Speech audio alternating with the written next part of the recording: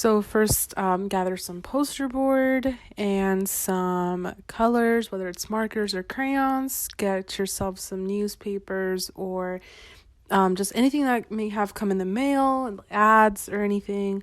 Got some tape and glue, yarn, scissors. Gathered anything that you may need for your story that you think is a good visual for it. Personally, I used some sticky notes.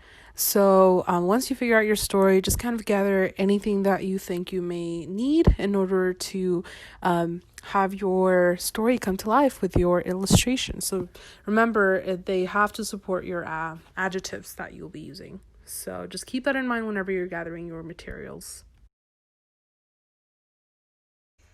Now you can go ahead and cut the poster board into the size that you want your book to be.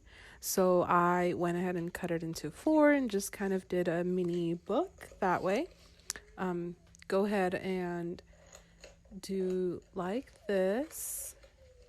Now I did go ahead and use some yarn, and I just hole punched and then just tied it up with the yarn, and that kind of just created my base for the book, and it made it easier to just kind of flip through the pages. Thing I started with was making my title page, so just kind of be creative, do something that will go with the story. So make a title. It has to be a short title, but just make it pretty, make it your own. Kind of do a little theme with it if you'd like. You're really free to do and express yourself the way that you want to. So this is what I did since my story is about my 15. Now, I just went ahead and cut out some of the makeup from the magazines that I picked. I just went with my story. Remember to make sure that the illustrations go with the adjectives. So that's just kind of what I did.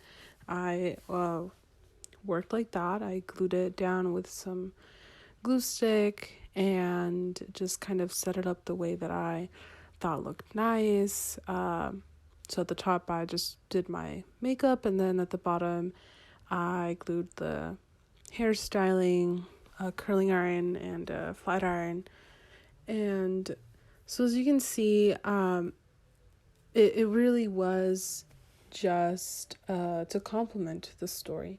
So that's really what I want you to kind of think about as you're working on this, that the illustration or form of illustration that you decide to do needs to support your story. It needs to support the details that you are telling us in your story.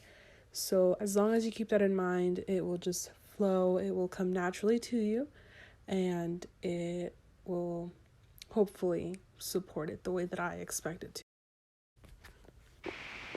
So this is the end result. I'm going to show you, just kind of flip through it. There's my title page, my first page, and the illustration that I decided to go with, my second page, and the other illustration and what I decided to glue down, and then my last page. And again, just make sure that the adjectives go with it, and you should be good.